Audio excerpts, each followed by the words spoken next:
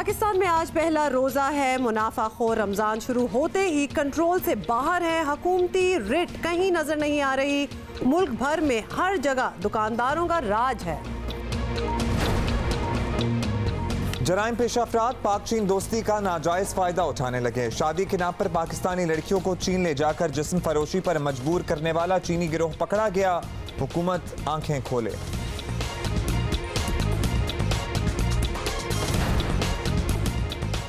और आपको दिखाएंगे खुसूसी रिपोर्ट कि दूसरों की जिस्मानी साख्त का मजाक उड़ाने से मुतासरा शख्स पर कितने मनफी असरात मुरतब होते हैं।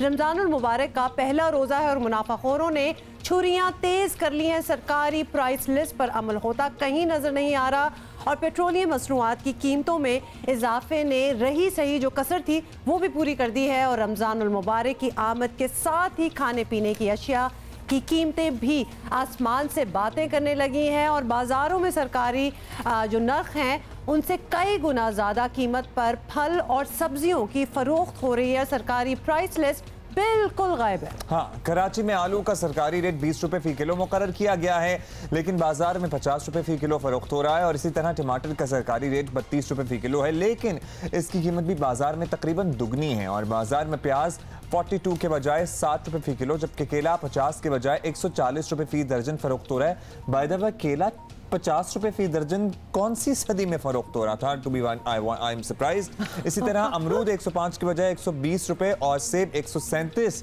कभी जिंदगी में नहीं एक्सपीरियंस किया 137 रुपए सेब मैंने फरोख्त होता हुआ। और जाहिर है ऑब्वियसली 200 के करीब ही होता है, तो अब भी 250 से 500 रुपए फी किलो बेचा जा रहा है।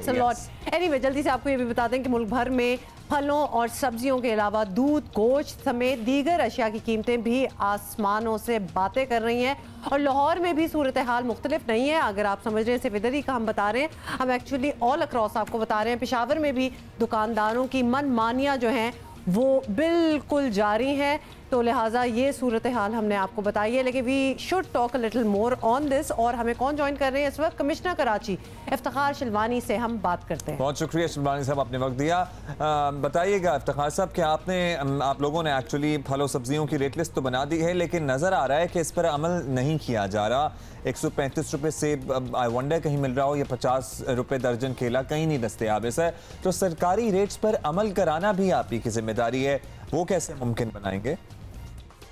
इसमें जी सब्जियों की ये जो कमिश्नर ऑफिस ने सबसे पहले मैं बताऊं कि एक लिस्ट ये जारी की है और इसका तायुन हमारी पूरी एक कमेटी है जो बैठती है और इसमें हमारे तमाम प्राइस मजिस्ट्रेट्स, एसी साहबान, इवन डिप्टी कमिश्नर साहबान प्राइस लिस्ट ये चेक करते हैं।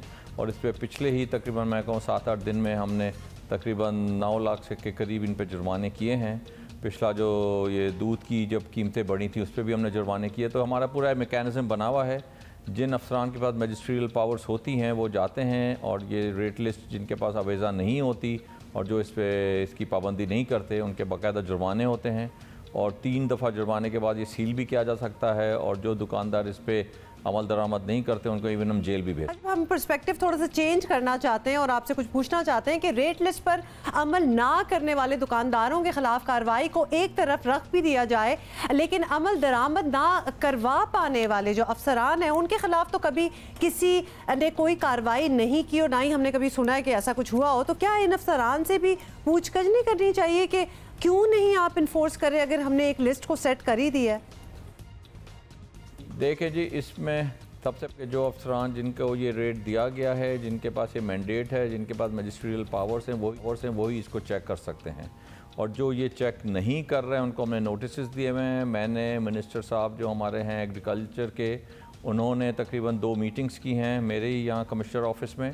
और इसके बाद तमाम एसी साहबान, तमाम रेवेन्यू ऑफिशल्स को ये डायरेक्ट इंस्ट्रक्शंस हैं कि इन्होंने अब तो रमज़ान में वो सहरी के वक्त जब ये इसकी सब्ज़ी मंडी में जब इसकी ऑक्शन होता है उस वक्त वो मौके पे जाएंगे और उसके बाद तकरीबन हर रेट लिस्ट को हर जगह को चेक किया जाएगा। और जो वाकई चेक नहीं करेंगे उनको हमने एक्सप्लेनेशन, उनको डिस्प्लेजर के लेटर्स भी दिए हुए हैं और अब वो नहीं करेंगे तो उनके खिलाफ डिसिप्लिनरी एक्शन भी लिया। तो खास अब देखा यही गया है बाय द वे कि रमज़ान शुरू होते ही हर चीज़ महंगी हो जाती है। अभी लीमू की अगर बात करें तो तकरीबन 500 रुपये फ़ी किलो भी लीमू फरोख्त हो रहा है, और आपको पता है कि लीमू की कितनी ज़रूरत होती है रमज़ान में, इसीलिए हाँ। और इस बार भी यही लग रहा है इफ्तिखार साहब कि आप लोग इस बार कराची के अवाम के खदशात गलत साबित करने की पोजीशन में हैं नहीं, या हैं? अगर हैं तो आप बता दें। हमने पूरी एक इसकी रेट लिस्ट जारी चीज़ की। अब देखें इसमें लोगों का भी हमें ताउन चाहिए। अगर कोई शख्स ये समझता है कि कोई इसको महंगी चीज़ बेच रहा है, सबसे पहले वो ना खरीदे। फिर हमने पूरा एक कंप्लेंट सेंटर एक बनाया हुआ है यहीं कमिश्नर ऑफिस में, वहाँ की शिकायत करे और डेफिनेटली हम उनके ख़िलाफ़ एक्शन लेंगे। लेकिन अगर कुछ हमारे लोग जैसे हमारी कंज्यूमर सोसाइटी है, उनको चाहिए अपना बड़ा पॉजिटिव रोल पैदा करें और जो लोग महंगा बेच रहे हैं उनसे ना ख़रीदें और उनकी शिकायत करें और उन पे हम डेफिनेटली उनके खिलाफ एक्शन लें। चलिए, ये सब कुछ तो आपने एक्सप्लेन कर दिया इफ्तिखार साहब। एक और मौजू है जिसमें हम आपका ऑब्वियसली ओपिनियन चाहेंगे। रमज़ान से सिर्फ एक दिन पहले शहर भर के ट्रैफिक की जिस तरह ऐसी तैसी रही है, इसने सबको बिल्कुल डरा के रख दिया। आप बता रहे थे, बल्कि अब्दुल्ला ही हमें बता रहे थे कि 2 घंटे आप एयरपोर्ट जाते हुए ट्रैफिक में क्या हाल था वैसे फंसे भी रहे हैं। तो बताएं कि पुलिस और शहरी इंतजामिया रमज़ान के लिए कोई खसूसी बंदोबस्त कर रही है या शहरियों का मुकद्दर सड़कों पर बस ख्वार होना ही है? ठीक है जी, ट्रैफिक के लिहाज से मैं आपको ये बताऊं कि हमारा ज़ाहिर है शहर का एक इशू है, हमारे पास पार्किंग इश्यूज़ हैं, प्रॉब्लम्स हैं, और ख़ास तौर पे वो एक इफ्तार का टाइम जो होता है उससे पहले एक ट्रैफिक कंजेशन हो जाता है, बिकॉज उसमें सारे लोग अपने घर पहुंचने की जल्दी में होते हैं। लेकिन इस दफ़ा ट्रैफिक जो है, हमारी पुलिस ने एक ट्रैफिक प्लान बनाया हुआ है और उसके तहत इन लोगों से भी ये है, ख़ास तौर पर मोटरसाइकिल वाले हजरात, कि वो अपनी लेन में चलें, हर एक कोई अपना सिग्नल की पाबंदी करे। तो मेरे ख़्याल में ये चीज़ सिर्फ ट्रैफिक पुलिस एडमिनिस्ट्रेशन का नहीं, जो लोग गाड़ी चला रहे हैं, जो लोग मोटरसाइकिल चला रहे हैं, उनका भी बहुत अहम किरदार है, उनको बहुत ज़िम्मेदारी से ड्राइविंग करनी। हाँ शिलवानी साहब, लेकिन आज बाय द वे कराची वालों आप बताइएगा शहर की सूरत हाल क्या थी? अगर आधे घंटे का कोई फासला था ना, तो वो 2-2, ढाई घंटे में तय हो रहा था। It was jam packed. शारा फैसल पे आप हिल नहीं सकते थे। Thank God I wasn't out, लेकिन मैंने बहुत लोगों से सुना और ट्विटर भरा हुआ था, सारे एक दूसरे से यही इंक्वायर कर रहे थे। Actually let us show you, ये हाल था। और हम, आप यकीन मानिए, मैं इसी सूरत हाल में ट्रैवल करके गया हूँ, बिकॉज अम्मी अब्बा वर कमिंग फ्रॉम समवेयर, तो उनको एयरपोर्ट लेने जाना था। तो देखिए, मुझे एक समझ नहीं आई, 6 बजे मैं घर से निकला हूँ और मैं एयरपोर्ट के गेट पे एंटर हुआ 8 बजे। लेकिन अब्दुल्ला, अगर इफ्तार का टाइम हो रहा और एवरीबॉडी इज रशिंग होम, तो दैट मेक्स सेंस। आज क्यों ऐसा हो रहा है, ये कुछ समझ नहीं आई। अच्छा, ये तो दोपहर की सूरत हाल से 12:30 बजे, और यही सूरत हाल पर शाम तक रही। मैं तो शाम में फंसा रहा, तो ये सुबह की सूरत हाल आप देख रहे हैं। एग्जैक्टली आई गेस 2-3 जगह एहतजाज भी हो रहा था, नर्सेस भी एहतजाज कर रही थी और पैरामेडिक्स भी उनके साथ। रेड जोन एक्चुअली सील हुआ था, क्योंकि वहां कुछ उसकी वजह से भी ट्रैफिक कंजेशन थी। लेकिन इट वाज इनसेन टुडे, बहुत ही बुरा हाल था। एज इन पहली तरावी थी और कितने लोगों की ख्वाहिश थी कि आज वो पहली तरावी पढ़ें, लेकिन वो पहली तरावी का टाइम जो है ना, वो सड़क पे ही ज़ाया हो गया। तो अब आप ऑब्वियसली, अब ये शुरू में तो कुछ इस किस्म के दिन गुजरेंगे, तो आप अपने लिए टाइम रख के निकला करें if you have to be somewhere.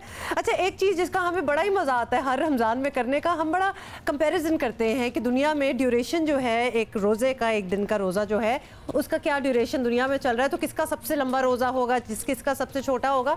तो इस बार भी हमारे पास बड़ी लंबी सी लिस्ट है सारी, मैंने इधर प्रिंट आउट भी आप में से कितनों को याद है वो टाइम रमजान का जब इतने से रोजे हुआ करते थे?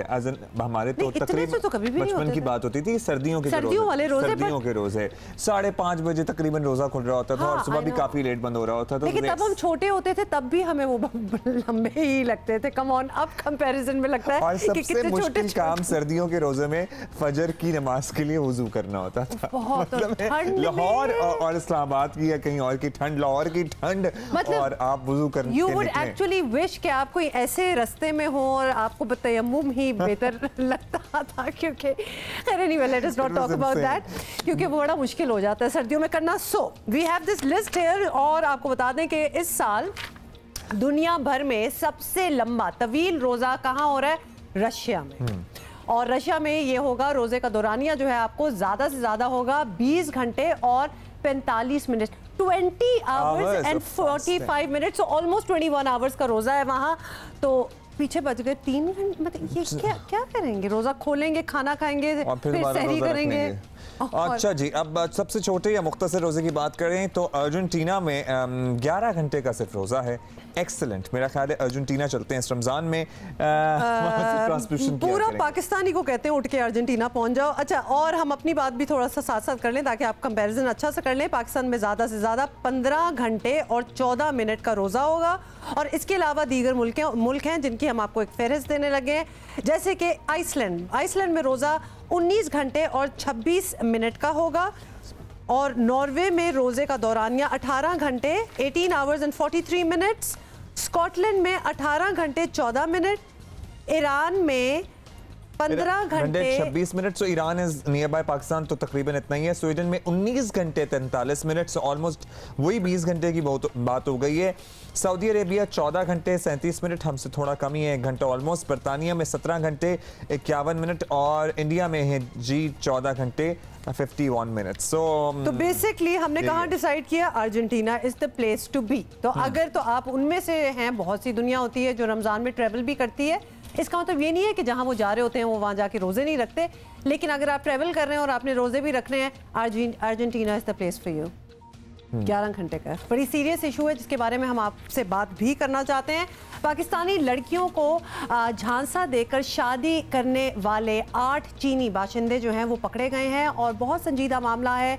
ह्यूमन राइट्स वॉच समझती है कि लड़कियों को चीन स्मगल किया जा रहा है और हुकूमत को फौरी कार्रवाई करना होगी। FIA ने पाकिस्तानी लड़कियों को जिस्म फरोशी पर मजबूर करने वाला गिरोह गिरफ्तार कर लिया, जिनमें 4 पाकिस्तानी और 8 चीनी बाशिंदे शामिल हैं। FIA हुकाम का कहना है कि गिरोह का जो मास्टरमाइंड है वो पंजाब पुलिस के एक ऑफिसर का बेटा है, जिसकी गिरफ्तारी के लिए छापा मारा गया तो मुलजिम फरार हो गया था, और मुलजिम ने फरार के बाद 13 मई तक अबूरी जमानत भी हासिल कर रखी है। अंदाजा लगाइए आपके क्या हो रहा है। हुक्काम ने बताया कि मुल्जिमान पाकिस्तानी एजेंट्स के साथ मिलकर लड़कियों से शादी करते हैं, इनके घर वालों को 50,000 रुपये भिजवाते थे, और उसके बाद लड़कियों को चीन ले जाकर इनसे जिस्म फरोशी कराई जाती थी। हुक्काम के मुताबिक मुल्जिमान को ट्रेस करने के लिए FIA टीम ने एक शादी में खुद शिरकत करके मुल्जिमान के कवायद जमा किए थे, और ह्यूमन राइट्स वॉच की एक रिपोर्ट में पाकिस्तान से लड़कियों को चीन स्मगल करने के वाक़यात पर तशवीश का इजहार किया जा रहा है। हमें ज्वाइन किया है माहिर कानून स्वरूप एजाज ने, उनसे पूछते हैं कि उनको क्या क्या मालूमात हैं। स्वरूप, ह्यूमन राइट्स वॉच की रिपोर्ट में ये खदशा जाहिर किया गया था कि पाकिस्तान से लड़कियों को चीन स्मगल किया जा रहा है, इस बात तक कैसे पहुंचे आप लोग? ह्यूमन राइट्स वॉच इस नतीजे पर ऐसे पहुंचा, इस खदशे का इजहार इसलिए कर रहा है कि ऐसी खबरें जो कि पाकिस्तान की मीडिया में भी, जो चाइनीज़ एम्बेसी ने खुद इतराफ़ किया, पाकिस्तान के कानून नाफिज करने वाले इदारों ने इस बात का इतराफ़ किया है कि इस तरह कि पाकिस्तान की कुछ ख़वातीन जो हैं, पाकिस्तान की लड़कियां जो हैं, उनको ट्रैफिक किया जा रहा है। ये मसला ज़ाहिर है सिर्फ चाइना तक महदूद नहीं है, मगर इस केस में लगता था क्योंकि चाइना में ये बाकी ममालिक से भी इस पर डॉक्यूमेंटेशन हुई है कि म्यांमार से ह्यूमन राइट्स वॉच ने हालिया एक रिपोर्ट की थी, उसके अलावा नॉर्थ कोरिया, वियतनाम, और उसकी एक बुनियादी वजह यह है कि चाइना में एक जेंडर इम्बैलेंस है। चाइना में 3 से 4 करोड़ लड़कियां जो हैं वो तादाद में कम है, जो कि तनासुब से, आबादी के तनासुब से होनी चाहिए थी। उसकी वजह यह है कि जो उनकी 1 चाइल्ड पॉलिसी थी 1979 से 2015 तक, उसकी वजह से एक प्रेफरेंस थी जिसमें लोगों ने जो मेल चाइल्ड था उसको प्रेफर किया, और इसकी वजह से अब क्योंकि इस तरह के केसेस कुछ सामने आए हैं, चाइनीज़ एम्बेसी ने इस बात का इतराफ़ किया है, वो पाकिस्तान के साथ मिलकर काम करना चाहते हैं, पाकिस्तान के कानून नाफिज करने वाले इदारों ने इस बात का इतराफ़ किया है कि ये एक मसला है, उस पर वो काम करना चाहते हैं। तो मेरा ख्याल है कि ये बहुत सी ऐसी इंफॉर्मेशन जो पब्लिक डोमेन में थी, उसकी बेसिस पे इस तरह की इस खदशे का इजहार किया गया। अच्छा ज़रूर, आपने बहुत से फैक्टर्स का इसमें तस्करा किया, लेकिन अभी जो केस इन हैंड है या केसेस इन हैंड हैं, इनमें ये बताया गया है कि इन लड़कियों से प्रोस्टिट्यूशन वहाँ कराया जा रहा है, जिस्म फरोशी पर इन्हें मजबूर किया जा रहा है। पाकिस्तानी हुकूमत हुकूमती सतह पर जुल्म को रुकवाने के लिए कुछ कर सकती है, नहीं कर सकती? उनमें से बहुत से ग्रोह तो ऐसे हैं जो कि पाकिस्तानी हैं, और ऐसी मिली भगत होती है कि एक ग्रोह चाइना में होता है और एक पाकिस्तान में होता है, तो उनके खिलाफ कानूनी चाराजोई की जाए, उनको प्रोसिक्यूट किया जाए, और ऐसे जो है एंटी ट्रैफिकिंग मैकेनिज़्म सेटअप किए जाएं, कानून नाफिज करने वाले इदारों को ऐसे वसाइल दिए जाएं, ऐसी ट्रेनिंग दी जाए कि वो इन मामलात में की तहकीक कर सकें और ऐसे जो इसमें मुलविस हैं लोगों को उनको सज़ा दे सकें। उसमें बहुत सी और चीज़ें डिटेल में अगर जाएँ तो करने की ज़रूरत है। जिस तरह जो भी एंटी ट्रैफिकिंग एफर्ट्स होती हैं जो इस तरह के काम की रोकथाम के लिए होती हैं, उसमें बहुत ज़रूरी होता है कि ख़वातीन को शामिल किया जाए, ख़वातीन अफसरान को शामिल किया जाए। अक्सर वो जो हैं उनसे विक्टिम्स या उनकी फैमिलीज़ जो हैं बात करने में ज़्यादा कंफर्टेबल होते हैं, अक्सर वो ज़्यादा अच्छी तफ्तीश कर सकते हैं इस तरह के मामलात में। ये एक पहलू है उसका जो कि प्रोसिक्यूशन है। दूसरा उसका एक और पहलू जो कि बहुत अहम है वो प्रिवेंशन है कि ऐसी आगाही हो अवामुन्नास में, हुकूमत इसमें लीड ले कि वो जो है वो अवेयर रहें कि इस तरह के मामलात हैं, इस तरह के लोग ग्रो इस तरह के कारोबार में मुलव्वस हैं। और तीसरी जो बात है वो ऐसी बायलैटरल कोई एग्रीमेंट हो पाकिस्तान और चाइना का जिसमें ये तय किया जाए कि किस तरह इसको, क्योंकि दोनों ममालिक को इसमें अपना किरदार अदा करना पड़ेगा। इंडीड दोनों ममालिक को अपना किरदार अदा करना पड़ेगा और थोड़ा सा सोसाइटी किरदार अदा करना पड़ेगा। मतलब है कि क्या 50,000 रुपए के एवज शादियां हो रही हैं? मैं एग्जैक्टली ये सोच रही थी कि एक तो आप किसी और मुल्क के किसी बंदे से जिनको आप जानते भी नहीं, या तो दो लोग एक दूसरे को जानते होंगे, पढ़ते हो, कल्चर आपसे मिलता है, जिसकी ज़बान आपसे मिलती है, ना मजहब आपसे मिलता है, भरोसे पे अपनी बच्चियों को मतलब दे रहे हैं, या तो फिर खुद भी मुलव्वस हैं। कुछ समझ नहीं आ रही, इसकी जरा और इन्वेस्टिगेशन भी होनी होगी कि एक्चुअली हो क्या रहा है इधर। और ये चाइनीज दूल्हे आ कहाँ से रहे? मतलब फेसबुक पे मिलते हैं आपको या आपके मोहल्ले में कोई आके रहना शुरू कर दिया है? It makes sense if people are studying together और कुछ वहाँ दोस्ती होगी तो उसके बाद शादी कर लें, perfectly acceptable, it makes sense. लेकिन वो जो एक रिश्ता आने वाली बात होती है, जब दो फैमिलीज एक दूसरे को नहीं जानती, तो वो चाइना से कैसे आ रहे हैं? There are too many loopholes. आज आपको बताना है, हमने मुस्लिम लीग नून में बड़े पैमाने पर तंजीमी तब्दीलियां हुई, लेकिन तहरीक इंसाफ का जो टारगेट है वो कौन है? वो मरियम नवाज हैं और उनका नायब सदर बनना खास तौर पर शाह महमूद कुरैशी को नागवार गुजर रहा है। मरियम नवाज साहिबा को मुस्लिम लीग नून का नायब सदर नामजद किया है तंजीम नौ में। अब मेरी राय में ये सुप्रीम कोर्ट के फैसले की नफी है और शायद शाह साहब के लिए खतरे की घंटी इसलिए बजी क्योंकि वो पार्टी में जहांगीर तरीन का रास्ता इसी बुनियाद पर रोकना चाहते हैं। मैं उनसे कहूँगा कि मेरे भाई सोचिए, आज जब आप सरकारी मीटिंग्स पर बैठते हैं तो फिर मरियम औरंगजेब साहिबा को प्रेस कॉन्फ्रेंस का मौका मिलता है और नून लीग सवाल उठाती है कि ये कंटेम्प्ट ऑफ कोर्ट नहीं तो क्या है? 62(1)(f अगर नवाज शरीफ साहब पर लग जाता है तो हम कहते हैं कि ओहदे के अहल नहीं है, ना पार्टी के ना सरकार के। और अगर 62(1)(f हम पे लागू हो जाए तो उसका यार्डस्टिक और हो जाए। तहरीक इंसाफ का कारकुन ज़हनी तौर पर इसको कबूल नहीं कर पा रहा और आप तहरीक इंसाफ के मुखालिफिन को मौका दे रहे हैं इसको एक्सप्लॉइट करने का। तहरीक इंसाफ ने मरियम नवाज को मुस्लिम लीग नून का नायब सदर बनाने का मामला अदालत में चैलेंज करने का फैसला कर लिया है। शाह महमूद कुरैशी ने इस हवाले से पार्टी रहनुमा और वकला से मुशावरत शुरू कर दी है, जबकि ज़राए के मुताबिक PTI ने इलेक्शन कमीशन से भी रुजू करने पर गौर तेज कर दिया है। मुस्लिम लीग नून के तर्जुमान मरियम औरंगजेब ने कहा कि मुखालिफिन के चेहरों पर मरियम नवाज का खौफ है, इनकी रातों की नींद और दिन का चैन उड़ गया है। मरियम नवाज को अवाम ने इज्जत दी है। मरियम नवाज के नायब सदर बनने से सिलेक्टेड वजीर आजम और किराए की टीम की नौकरी खत्म हो गई है, तो बड़े ताबड़तोड़ हमले किए जा रहे हैं उस तरफ से भी। जी बिल्कुल, और इसी से हम ओपिनियन भी लेंगे और तजिया भी लेंगे। PTI रहनुमा उस्मान डार हमारे साथ हैं। डार साहब, मुस्लिम लीग नून की अपनी अंदरूनी तंजीमी तब्दीलियां हैं, वो एक अलग पार्टी हैं और अपने कवानीन के मुताबिक चलती भी है वो पार्टी, तो तहरीक इंसाफ का इस पर एतराज़ करना बनता भी है या नहीं? देखिए, आला अदलिया का जो फ़ैसला है वो आप सबके सामने है, मीडिया के पास भी मौजूद है। इलेक्शन कमीशन ऑफ पाकिस्तान उसी की रोशनी में ये वाज़िया कर दिया गया है कि कोई भी सज़ा याफ्ता शख्स बिलखसूस जैसे वो नहल हो चुकी हैं, ना पार्टी ओहदा रख सकता है, ना ही वो पार्लियामेंट का हिस्सा बन सकता है। तो मैं समझता हूँ कि PMLN ने ये जानबूझकर किया है ताकि अदालत उज़्मा का जो फ़ैसला है, जिसकी इन्होंने धज्जियाँ उड़ा के रख दी हैं, तो जहाँ तक हमारी पार्टी का है हम मुशावरत कर रहे हैं और इस सिलसिले में हो सकता है हम बाकायदा अदालत से। बताइएगा राज साहब कि मरियम नवाज को उनके ओहदे से हटाने के लिए तहरीक इंसाफ किस हद तक जा सकती है? इलेक्शन कमीशन और सुप्रीम कोर्ट जाने का इरादा पक्का है आपका? अदालती फैसले की रोशनी में उन्हें खुद ही इस ओहदे से हट जाना चाहिए, एक कंट्रोवर्सी क्रिएट नहीं करनी चाहिए। पाकिस्तान तरीके इंसाफ की जहाँ तक बात है, हम मशावरत करेंगे और इस सिलसिले में अगर हमें अदालत उज़्मा से रब्ता करना हुआ या वहाँ जाना पड़ा तो हम ज़रूर जाएंगे।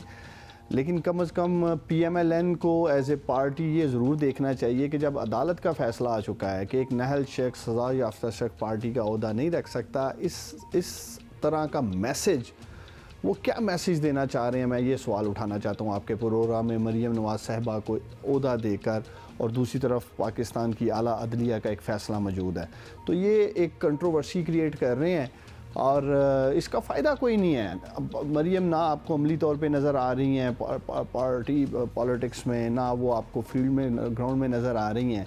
तो इन हालात में इस तरह के फ़ैसले करने का एक ही मकसद हो सकता है कि वो अदालती फ़ैसलों का मजाक उड़ाए। सब फाइनल आपसे सवाल है कि आप लोगों के मुताबिक मरियम नवाज अदालत से सज़ा याफ्ता हैं और इसलिए उन्हें पार्टी ओहदा रखने का इख्तियार नहीं, लेकिन अगर उनके लिए ये रास्ता खुल जाता है तो जहांगीर तरीन की वापसी भी तो मुमकिन हो सकती है, तो क्या इस ऑप्शन पर गौर नहीं किया जा सकता? देखें, सुप्रीम कोर्ट ऑफ पाकिस्तान का फ़ैसला मौजूद है, आला अदलिया का फ़ैसला आ चुका है और मेरा नहीं ख्याल माजी में कोई ऐसा फ़ैसले मौजूद हों जिसमें एक रिव्यू में गए हों और उसमें कोई फ़ैसले पे नज़रसानी की गई हो। जहाँ तक जहांगीर तरीन साहब की बात है, देखिए जहांगीर तरीन साहब की ज़ात को ना किसी ओहदे की ज़रूरत है, ना किसी पोजीशन की ज़रूरत है। जहांगीर तरीन पार्टी में पहले भी बगैर ओहदे के जब उनके ख़िलाफ़ फ़ैसला आया वो काम कर रहे थे, उन्होंने कभी ओहदे की डिमांड नहीं की। आज भी वो गवर्नमेंट में अगर आप जैसे देख रहे हैं वो बतौर टेक्निकल एक्सपर्ट असिस्ट कर रहे हैं प्राइम मिनिस्टर को, वो किसी ओहदे के तलबगार नहीं है, किसी पोजीशन के तलबगार नहीं है। तो यही प्रेसिडेंस मैं समझता हूँ कि PMLN को सेट करने की ज़रूरत है और हमें अदालती फ़ैसलों को मद्देनज़र रखते हुए अपने पार्टियों के फ़ैसले करने चाहिए। बहुत शुक्रिया आपका उस्मान डार हमारे साथ मौजूद थे। अच्छा जी, जोरों की गर्मी है, रमज़ान की मुनासबत से खाने पीने के मसाइल बढ़ेंगे और मरीजों की तादाद ज़्यादा होने डेफिनेटली ज़्यादा होने वाली है और डॉक्टर्स और नर्सें काम छोड़कर बैठ गए। ज़रा आप अंदाज़ा करें कि क्या हो रहा है।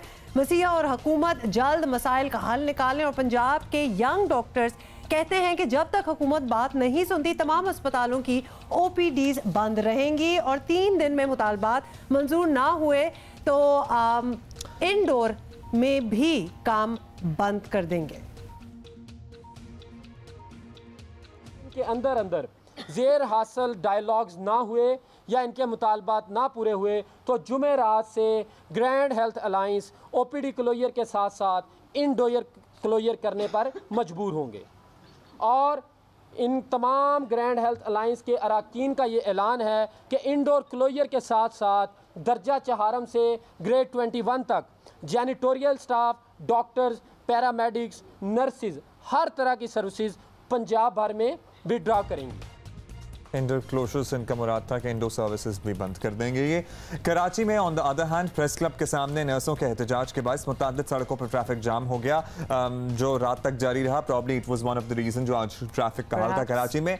सूबाई सेक्रेटरी सेहत से मुज़ाकरात के बाद सिंध नर्स अलायंस ने एहतजाज खत्म करने का ऐलान किया, मगर वज़ीर आला अब भी कहते हैं कि नर्सों के मुतालबात नहीं मान सकते। पेशावर में भी यंग नर्सेज एसोसिएशन ने लेडी रेडिंग अस्पताल में मुतालबात के हक में मुजाहरा किया और तनख्वाहों में इजाफे और सर्विस स्ट्रक्चर और तरक्की के लिए वाज़ेह पॉलिसी बनाने का मुतालबा दोहराया है। सो कॉरेस्पॉन्डेंट है जियो न्यूज़ की उम्मे फरवा से हम वही सवाल करेंगे जो सबसे पहले दिमाग में सवाल आता है कि डिमांड्स क्या हैं इनकी, चाहते क्या हैं। उम्मे फरवा बताइएगा, यंग डॉक्टर्स के ऐसे क्या मुतालबात हैं जो हुकूमत के लिए काबिल कबूल नहीं है, हुकूमत उन्हें मना क्यों नहीं पा रही अभी तक?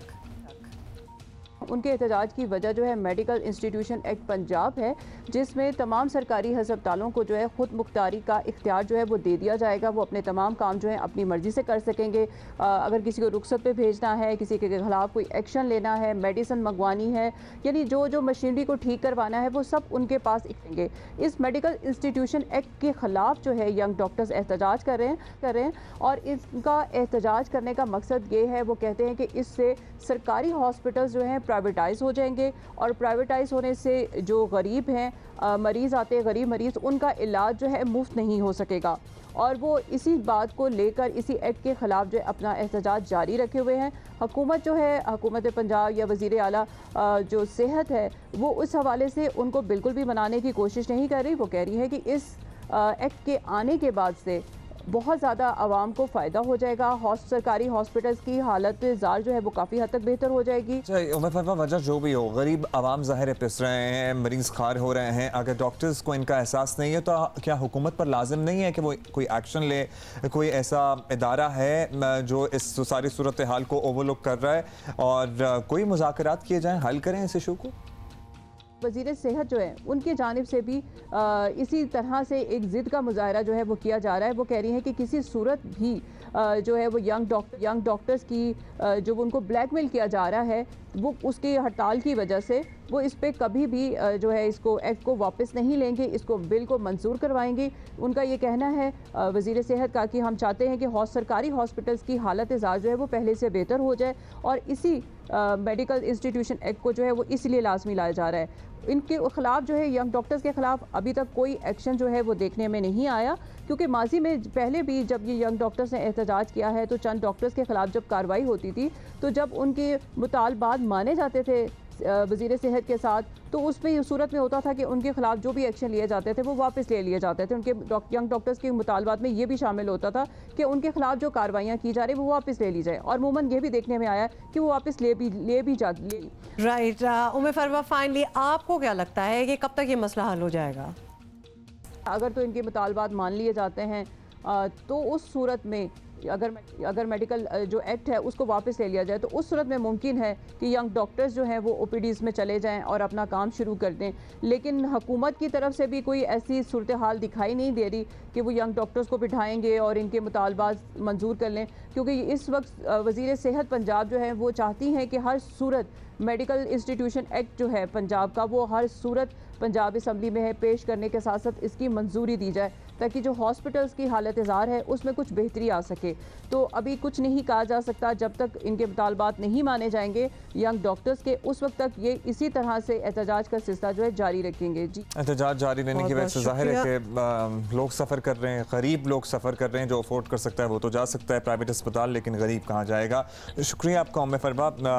वज़ीर सेहत पंजाब प्लीज़ इसको देखें और कोई हल निकालें। एहसास जो हमें करने चाहिए, एक अगर हम कुछ अच्छी चीज़ें हैं जो हम अपनी रोज़मर्रा ज़िंदगी में अपना लेना तो हम अपनी ज़िंदगी भी अच्छी कर लेंगे और अपने इर्द गिर्द जितने लोग हैं उनकी ज़िंदगी भी अच्छी कर लेंगे। जैसे कि लोगों को उन जैसा वो लगते हैं, उनकी जिस्मानी साख्त या उनकी शक्ल या उनके रंग के ऊपर तनकीद का निशाना बनाना बंद करते हैं, जिसका एक टर्म भी है बॉडी शेमिंग। आई थिंक आप उसकी बात कर रहे हैं। और अगर कोई शख्स बहुत पतला हो या फिर उसका वज़न ज़्यादा हो तो उसका मजाक उड़ाया जाना एक मामूल की बात है और इसे गलत भी नहीं समझा जाता अब। लेकिन इस बॉडी शेमिंग की वजह से उस शख्स पर क्या नफ्सियाती असर पड़ता है उसका ध्यान रखना भी बहुत ज़रूरी है। काश के लोग इतने अवेयर हो जाएं। इतना इम्पोर्टेंट ये टॉपिक है। आई एम सो ग्लैड कि अब लोग इसके बारे में बात कर रहे हैं और ये बात ये कर रहे हैं कि सेंसिटाइज कर रहे हैं एक दूसरे को और अपने आप को कि प्लीज़ किसी के फिजिकल अपीयरेंस पे कमेंट्री मत करें।